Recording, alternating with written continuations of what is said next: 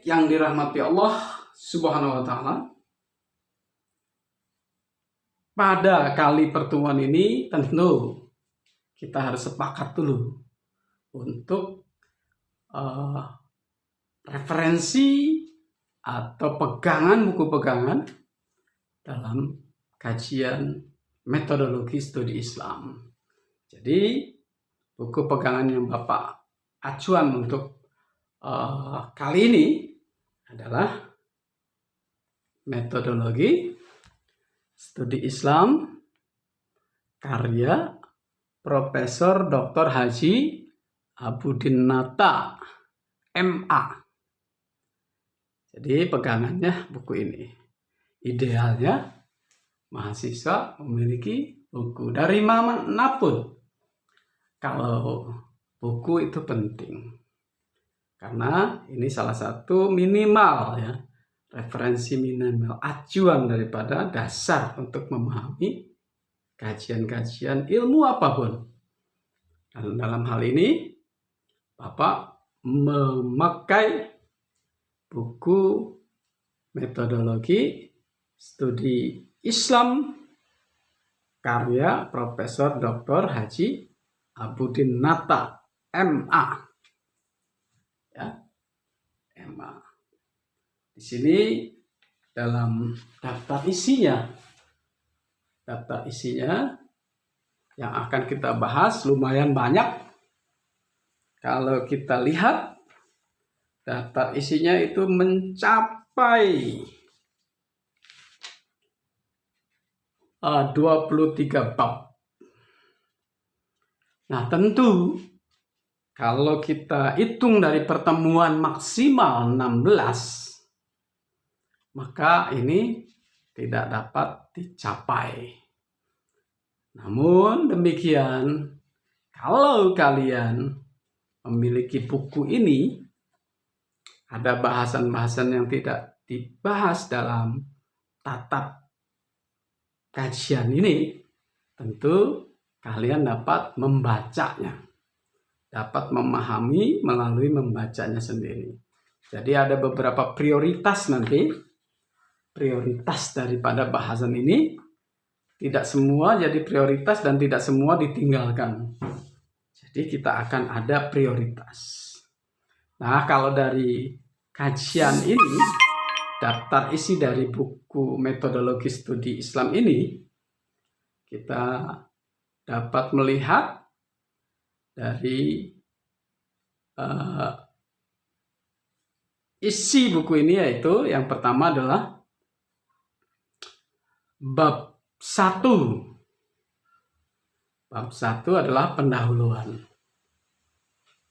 Jadi kita tentu mudah-mudahan hari ini kita akan membahas tentang bab 1, pendahuluan. Yang kedua, bab kedua adalah kebutuhan manusia terhadap agama. Jadi nanti ada bahasan mengapa orang membutuhkan agama. Jadi di sini kebutuhan manusia terhadap agama. Berisi tentang pengertian agama, ya. Kemudian latar belakang perlunya manusia terhadap agama. Bab ketiga membahas tentang berbagai pendekatan di dalam memahami agama. Berbagai pendekatan di dalam memahami agama. Ada 7 poin, ya. Ada 7 poin yang isinya adalah pendekatan teologis normatif, pendekatan antropologis, pendekatan sosiologis, pendekatan filosofis, pendekatan historis sejarah, pendekatan kebudayaan, pendekatan psikologi kejiwaan. Itu di bab ketiga. Bab keempat, kita akan bahas hubungan agama dengan ilmu pengetahuan. Jadi apakah ada hubungan antara agama dengan ilmu pengetahuan sosial? Di sini bahasannya adalah pandangan ajaran Islam tentang ilmu sosial. Apakah Islam itu bersosial? Kemudian yang B, ilmu sosial yang bernuansa Islami. Bagaimana sikap kita menyikapi sekat, bahwa di sini ilmu sosial yang bernuansa Islami. Karena ada sekat-sekat yang bukannya dilarang, tetapi ada batasan-batasan dalam ilmu sosial. Kemudian peran ilmu sosial profetik pada era globalisasi. Globalisasi adalah keterbukaan, di mana dunia ini tidak seluas pada masa lalu. Jadi semua dapat dijangkau. Semua informasi dapat dengan begitu cepat kita dapat. Selanjutnya di bab kelima, itu adalah pengertian dan sumber ajaran Islam. Di sini membahas tentang pengertian agama Islam. Tentu ini sudah banyak dikaji pada masa-masa SD, ya, SMP, dan SMA. Atau yang di pondok. Ini bahasan pengertian agama Islam. Kemudian sumber ajaran Islam itu sendiri. Kemudian di bab ke-6, di sini kita bahas karakteristik ajaran Islam. Karakteristik ajaran Islam. Jadi bukan hanya kita yang mempunyai karakteristik, tetapi Islam juga memiliki karakteristik.